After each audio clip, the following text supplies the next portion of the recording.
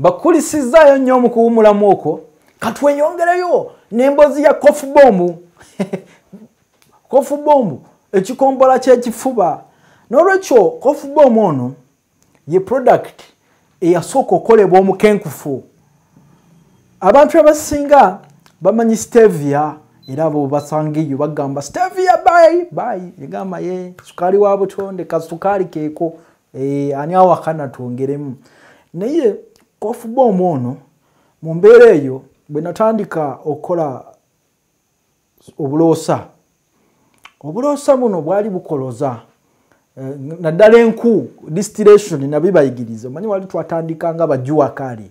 mu kwagala okukola obuloosa okuva mu tteete n'ebintu ebirala bwe nabanyumiza bwe natwala ebweru nembuyiwa mu nnyonyi era nze alina likodi nze yasooka okuyiwa obuloosa mu nnyonyi nenvaayo nga tewali awakano okujjako nga dollars bazimpadde naye muganda wange yakigezaako katono emiggo gimutte naye kofu bombu ono inspiration we yava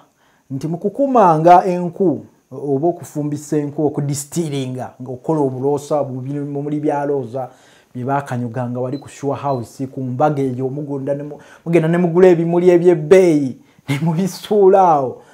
kati we nalonda ebimuli ebyo netandika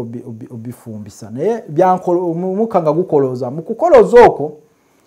neŋŋamba amazzi kiki kigenda mu maaso akanywe ku mazzi ga kalitunsi kubanga bwe wofumba obuloosa ofuna amazzi ofuna oilo n'amazzi kati nga kalitunsi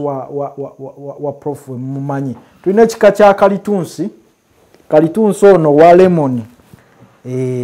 kalitunsi ono wa lemoni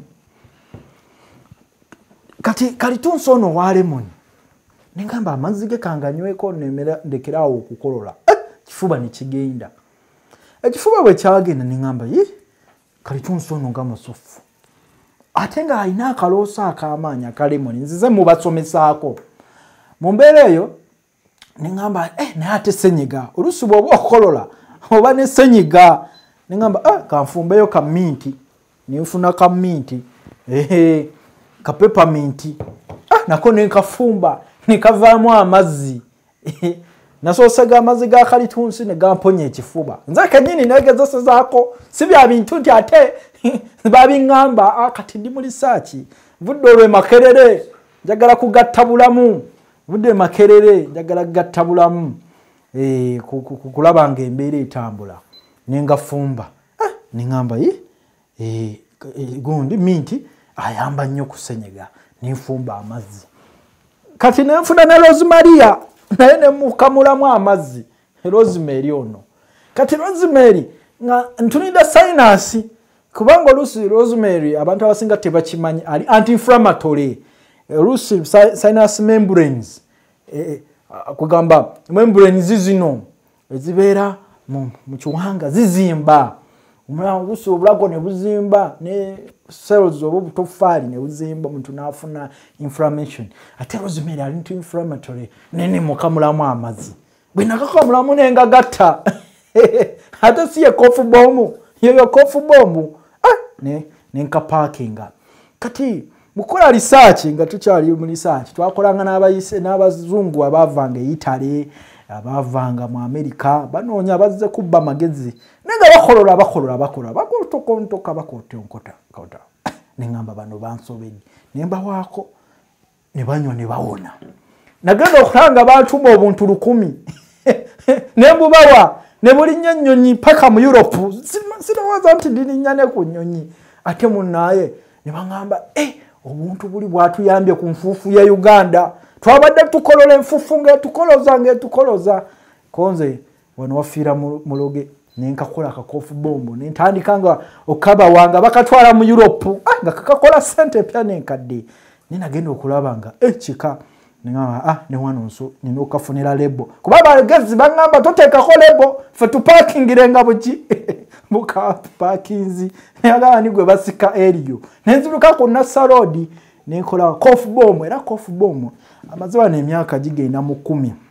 nabukola nkyali makerere nkyasoma bya ddagala n'olwekyo kofu bombo ono mu mbeera eno ey'omicron ate aba South Africa be bancamudde ne baŋŋamba nti tuweyo trailer number ningamba aba South Africa bali eyo o microni wawe bamulwanyisa ate feno tufa ninga kofu bombu vayo nolwecho kofu bombu agenda tweyimiririra mu mbeera yo okukolola ono tamanyi kifuba tamanyi kukifuba era olaba nateekako ne face y'omuzungu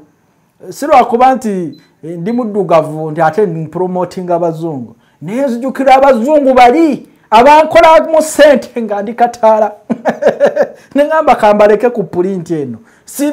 sijja kubeerabira siribeerabira bakola sente empya n'enkadde nolwekyo bw'olabako omuzungu totya ojjukira nti mukenkufu omuzungu baamukolako sente nga tannaba kubuuka kekano ono omusajja sijja mwogera omuzungu omusajja yali akolola nnyo nenkamuwa ne kamuyamba nolwekyo gw'alina ekifuba alina senyiga weetaaga kofu bombu ate ava mu muti gwaffe wano ogwa lemonikaliptus ne kaminti ne rosemaria ayamba nnyo ku bifuba senyiga abalina sinasi onyonyamu bunyenyiga n'amazzi n'onywayo obusaanikira 2 emirundi 3 abamumanyi kofu bombu kino ono kabaka bamuyita undisputed king yono yennyini n'olwekyo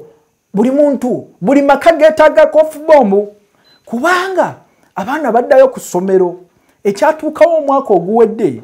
abaana bano bwe baddayo ate Deruta n'atabuka bagenda okukomawo mu Gwokutaano baleetera bazadde baabwe obulwadde ate nga bo obwana bo bubuukabuuka muzadde ali awo yafuna accident yafuna obukosefu yafuna stroke omubiri tegukola nnyo exercise na mwana ne baleeta obulwadde naye kati temulinda abaana bazzayo ku ssomero embeera ng'etabuse mu baneiba microni waali kati ffe tuli ku ground batuyita amagye ga ku ttaka bwe tukugamba ekintu owulirizanga n'amatu 2 ogumu n'ogwokubiri ekiriwo kati obulwadde abantu bakolola senyiga mungi ate buno bulwadde bukutula n'ennyingo nobanga tokyatambula bukutula ennyingo ne buleeta ekifuba ekitakutuka kyebayita non-productive chest pain omutwe gwonna ne gukuluma ekifuba ne kikuluma n'okusanga tokyassa weetaaga kofu bombu ate nze siri mukodo kubanga nga best scientist mu Uganda engule mwagiraba mu mwannonda ne bagimpa mukugambye ebikolo mbikulaze mwava lwaki njagala muwone n'olwekyo mwekwate kofu bombu gwalina allergy nga ku macho okuba emyasi bemimiro amatu ne gakusiiwa weetaaga kofu bombu gwe alina embeera ey'okulumwa mu kifuba nga kiwiizinga wasima weetaaga kofu bombu kuba ate gano mazzi naye gali concentrated si byebiri ebyammwe byemukwata amakola ne mugafumba mu kisepiki tulina ebyuma ze extractors nze nzibasomesa n'okuzibalagano ku TV ne tu standardizing ekintu phytochemically and pharmacologically ekintu kiri standardized n'olwekyo onywako obusaanikira 2 emirundi 3 tekirina effect kati omwana awali wansi w'emyaka 5 omuteramu ku mubisi gw'enjuki omanyi obwana obuto omanyi kati ngeri muje mulimu kalitunsi amazzi ga kalitunsi n'aga minti abaana abato tebaagala nnyo ebiwoomerera kyovula abo abazungu bo bwe bakitegeera ne bakola sirapu ng'erimu ekiwoomereze naye oba bateekamu kiwoomereze ekyo so genda okulaba ng'abantu amannyo gavunze abaana amannyo tebakyayina naye katukozese hane n'olwekyo kati ku mwana omuto wansi w'emyaka 5 obateeramu kahane kati obateeramu akajiiko kamu akajiiko kamu akahane hano ono ayamba kuwa testi okole nakyo sirapu wansi w'emyaka 5 abaana abo oluusi tebaagala kunywa eddagala bamanyi bulungi nnyo nyina kawala kange kanaaba kenfufu nakasalira amagezi tekamu omubisi gw'enjuki n'obitabula okola kyenkanyi ekijiiko ky'omubisi gw'enjuki n'ekijiiko kimu ekya kofu bombu kati n'omuwa n'anuuna kati nze nfuuse bebi mukenkufu naye nga tukikolera lw'abaana kati bw'omuwa kiba ne tesiti eddagala liba ne tesiti liba liwoomerera eyandiriganye abajja ddikozesa naye mu myaka 5 n'okwambuka paka ku muntu mukulu atobetekamu mbisigwa njuki abo ba veterani bazirwanako balwala dda ate kano kajjamu n'enfaana enfaana ziri mu bantu beetakula omuntu neetakula emabega omwana neyeetakula omutwe neyeetakula emabega byonna kadikolanga nakyo diwama kofubomu ate kofubomu ono ayamba ku constipation jokira obulwadde okukwesibako oba tofuluma bulungi ebikyafu byonna nebisigala mu lubuto onywayo kifuba ne kiwona n'emanju n'ofuluma n'ota olubuto okugamba olubuto ne lweyagala jokira olubuto lwo obwongo bwo bulowooleza mu lubuto kyova olaba enjala bwekuluma nga n'omutwe gukuluma nga n'obwongo obadde asoma nga obwongo buvaako bwebuza abaana ba UPE bwe bataalyanga mmere nga n'ebibuuzo babigwa ate nga sika bbeeyi kofubomu si wa bbeeyi 15 zokka omusanga ali ku Prof Bioresearch n'onunula kye bagamba back to my roots reclaiming our own terrains. Abantu abamu tebamanyi roots kye kitegeeza. R is standing for reclaiming our ne o endala own TS terrains. Gwate gwe owasenyiga okwatamu bukwasi nosiga mu nnyindo gwe aina akalaakiro oba abaina wizingi ng'abaana ba asthma ajja kuyamba whooping cough abakafuba TB ono muyitirivu cough bomb buli maka gasaana gabeeni cough bomb ate n'ab'enkoko tetwabeerabidde kuba waliwo baita zoonotic diseases endwadde eziva ku bisolo ne zidda ku bantu n'ab'enkoko nammwe twabakoledde chicken bomb ono yawamba mu container village nabasanga bali ku antibiotics ate nga antibiotics oluusi ziba ne side effect eri abantu nembayiza chicken bomb basooka kunjerega nabawanga bwabwerere ne banjerega naye kati bamunoonya okufa obufi ono chicken bomb gw'omulunzi ayina embuzi ayina ente nga zikolola ono naawe wo tetwabeerabidde abalunzi webale nnyo okundaba Young Prof Bioresearch osangeyo cough bomb wali ku Equatorial Mall ku Bombo Road. Rotating, so baby reset it. Jagala mind to refresh it. Rotating, so baby reset it. Jagala mind to refresh it.